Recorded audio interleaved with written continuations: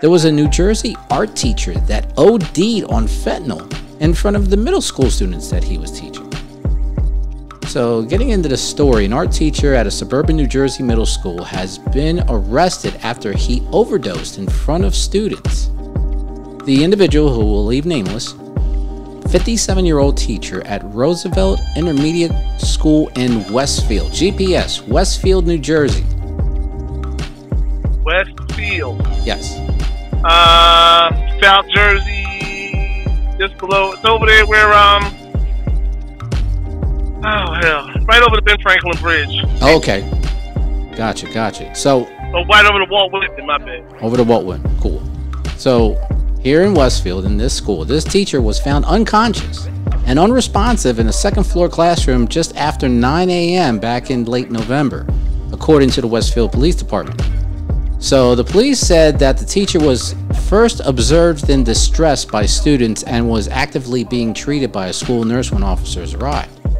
A responding police officer immediately recognized signs that indicated that the teacher was overdosing on drugs and injected him with Narcan that this officer carries on his person.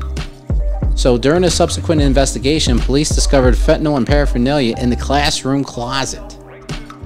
So in a letter to parents, the school district said that the classroom was sealed off and then sanitized. While the incident occurred back in November, Thompson was charged this week with possession of a controlled dangerous substance, possession of drug paraphernalia, endangering the welfare of children, and a disorderly person offense. So he's going to be appearing in court in February. But our teacher correspondent, Mr. Cortez, you got to respond to this. What the hell happened with this teacher? Well, I don't know, man. I don't know what could have happened, man. It's just, I'm being honest with you guys. Everybody got their own demons. Everybody's dealing with their own demons. And for me to get up here, I can't really yell at the guy because I don't know what his mindset was for him to think that he could get away with that. Because especially around kids, unless his habit was that deep, he had that deep of a habit. And also we gotta remember too, folks, addictions are real. It's a real thing out here. People get addicted, you know, they don't care. They lose all sense of reality. They lose all sense of just a simple fact of knowing right from wrong. And, you know, he's bringing drugs into the actual school building. Yeah. He has a problem, man. Addiction is a disease, man. It is definitely a disease. And, you know, I hope he probably will never be able to teach again. But I hope they just don't take this man and lock him up. Just sit there and lock him underneath the jail cell because he has a disease. Because you got a lot of Americans out here suffering from fentanyl, Oxycontin. What was it? Oxycontin. Yeah, they're suffering from all types of stuff, man. And we just can't sit there and just keep locking people up every time. Because that's not, to me, that's not right to sit there and just keep locking people up. For the simple fact they got substance issues going on. Yeah, very true, very true. It's very counterproductive. GPS, how do you feel? Yeah, apparently for a teacher, hell, truck driver, for anybody to get ready to start their day, start their shift off in a room, you know, you done took a little too much. That's how you got to get your setup for your day. Something clearly is wrong. I'm with Cortez. I mean, people who have substance abuse problems, mental health problems, jail is not always the answer. We'll either find another line of work. Yeah. Will it be truck driving? I don't know, but he's gonna have to do something, and you know, hope.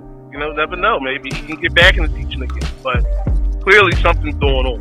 Yeah, absolutely, and it's not good. And you know, and just kind of like a mini PSA from us. If you know anybody that's having any kind of an issues with addiction, with depression, just reach out to them first.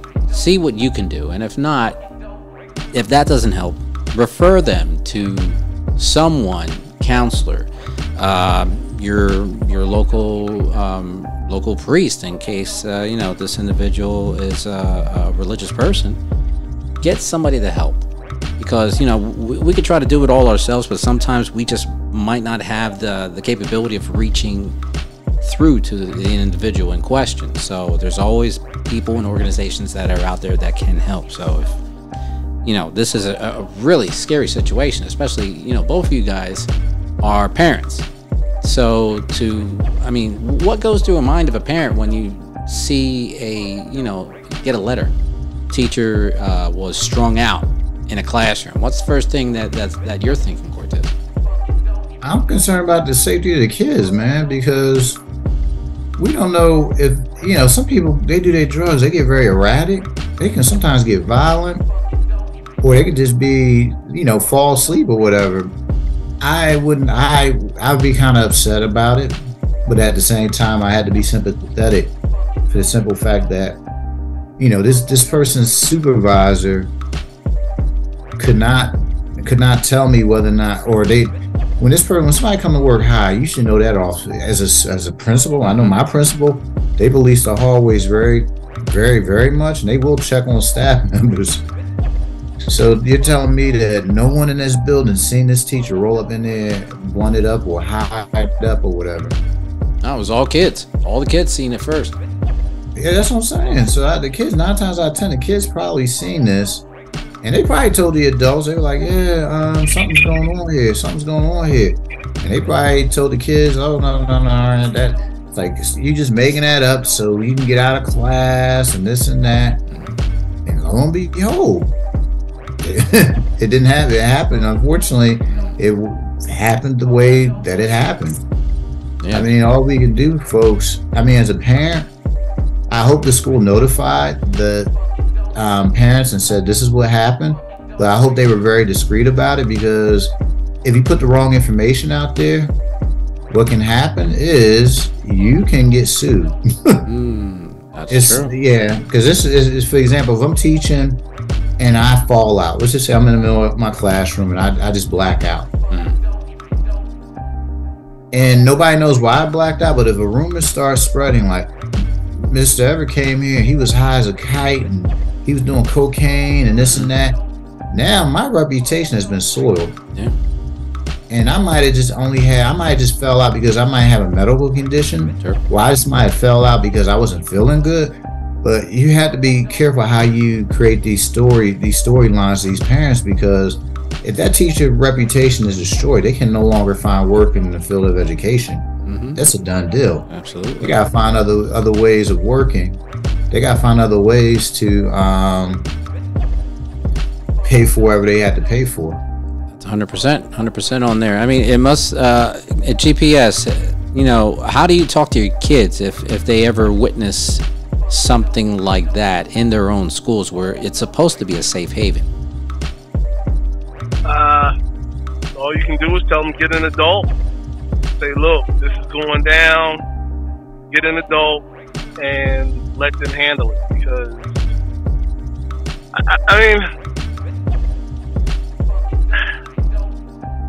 I guess if they've seen substance abuse at home, it's a little easier to deal with. But if they've never seen it at home, all you can tell them to do is get an adult. That's it.